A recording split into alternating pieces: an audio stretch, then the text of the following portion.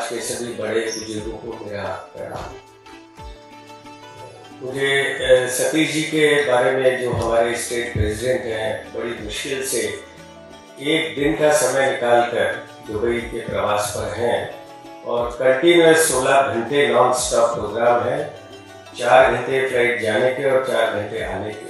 तो आप समझ सकते हो कि कितने मेहनती हैं। जी हाँ, doctor Satish Poonia, state president of BJP Rajasthan, ये इतने भले, सज्जन, मेहनती और ईमानदार लीडर हैं। ये आपको मैं इसलिए बता रहा हूँ कि आप लोगों को ये सबको नॉलेज में होना चाहिए कौन आपके बीच में है। खाली एक मात्र स्टेट प्रेसिडेंट बीजेपी नहीं है, इतने भले, सज्जन, ईमानदार और 18 घंटे पर डे मेहनत करने वाले पार्टी के लिए, जिनकी चर्चा जब बीजेपी के नेशनल एग्जीक्यूटिव कमेटी की मीटिंग्स होती है, उसमें मोदी जी, नड्डा जी, अमित शाह जी और बड़े बड़े बीजेपी के हिंदुस्तान के लीडर इनकी मेहनत के चर्चे करते हैं। ऐसे हमारे सतीश पूनिया जी, जिन्होंने ये प्रण लिया है कि रात को खाना नहीं खाते हैं, ना माला पहनते हैं, ना साफा पहनते हैं।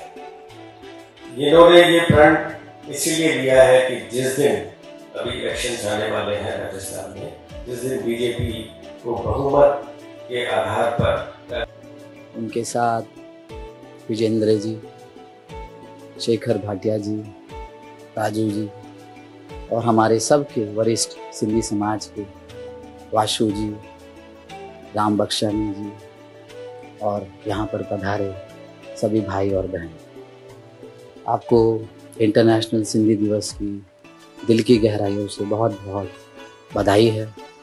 आप यहाँ पर आए, बहुत अच्छा लग रहा है। यही भारत देश की एकता और अखंडता का परिचय है कि आप लोग यहाँ पर एक साथ, जब भी कोई कार्यक्रम होता है, जाति भेद और सब कुछ भुलाकर हम लोग एक साथ खड़े रहते हैं। यही भारत की पहचान है और यही भारत की अखंडता है। मैं अपनी ज़्यादा इस मंच पर ज़्यादा समय ना लेते हुए और लोगों को भी समय, और हमारे आदरणीय पूनिया जी को भी आगे कार्यक्रमों में जाना है, तो मैं इतना ही कहूँगा कि दिल की गहराइयों से बहुत बहुत धन्यवाद।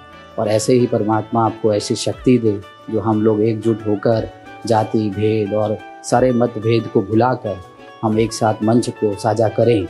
यही भारत की अखंडता और हमारी पहचान होगी, और सिंधी समाज की भी यही पहचान होगी कि जब भी उसने देखा है कि कोई भी सेवा कार्य हो, संकट का पल हो, हमेशा सिंधी समाज आगे रहा। और यही है कि आज हम लोग साथ इकट्ठा होकर एक दूसरे के प्रति ये मन में भाव रख के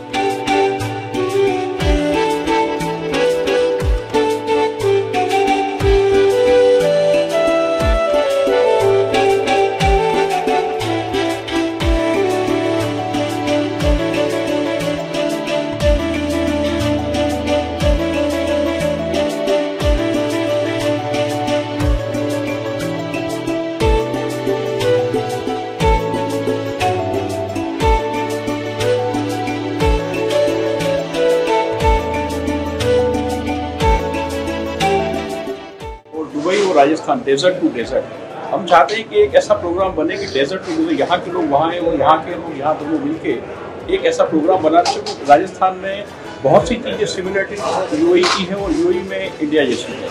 तो ऐसा एक, आप जैसे दुबई में एक्सपो लगता है, अभी राजस्थान गवर्नमेंट भी एक्सपो लगा रही है, क्या ऐसे इनिशिएटिव हो जिससे कि राजस्थान का एक्सपोर्ट बढ़े। आज तक जितने राजस्थान से लोग आते हैं बोलते हैं हमारे यहाँ इन्वेस्टमेंट करो, आपके पास सेलिंग पावर इतना नहीं है। हम चाहते हैं कि आप छोटे एक्सपोर्टर्स को आगे बढ़ाएं और उसके लिए जो मदद चाहिए हम लोग तैयार हैं यहाँ पे करने के लिए, जिससे कि इंडिया, राजस्थान के भारत के अंदर हर साल 15 से 20 लाख लोगों को एक्स्ट्रा एम्प्लॉयमेंट मिलेगी। बिल्कुल, हमारे यहाँ एम्प्लॉयमेंट अपने आप में एक बड़ी चुनौती भी है। टूरिज्म में खूब संभावनाएं हैं और खास तौर पर हैंडीक्राफ्ट से लेकर, मैं देख रहा हूँ कि यहाँ जो मार्बल ग्रेनाइट लगा है वो अधिकांश राजस्थान से ही इंपोर्ट होके आया है। तो राजस्थान में संभावनाएं तो हैं, लेकिन उसको और ज्यादा व्यवस्थित करने की जरूरत है। खासतौर पर जो छोटे उद्योग है, एमएसएमई जिसको हम लोग कहते हैं, ऐसी 26 लाख एमएसएमई, उनको हम लोग स्ट्रेंथन कर सकते हैं। तो नौजवानों को स्वरोजगार के लिए, जैसे मोदी सरकार की नीतियां आत्मनिर्भर भारत की, उन्होंने मुद्रा के जरिए 16 लाख इस तरीके के नौजवानों को प्रेरित किया है, जो अच्छे राजस्थान में भी अब स्टार्टअप्स की एक अच्छी परंपरा श्रृंखला शुरू हो गई। देश में यूनिकॉर्न की संख्या बढ़ी है। मुझे लगता है कि यहाँ जो राजस्थानी लोग हैं, थोड़ा उनका भी सहयोग लेंगे। आने वाले समय में जो हमारा विजन डॉक्यूमेंट होगा उसका आधार भी यही होगा कि यूएई और राजस्थान ये दोनों मिलकर अलग अलग सेक्टर्स में साझा तरीके से क्या प्रयास कर सकते हैं, ताकि रोजगार के अवसर भी मिले, पर्यटन के अवसर भी मिले और हम लोग एक दूसरे के पूरक बन के एक दूसरे की तरक्की में योगदान दे सकें। जैसे प्रधानमंत्री का एक ड्रीम है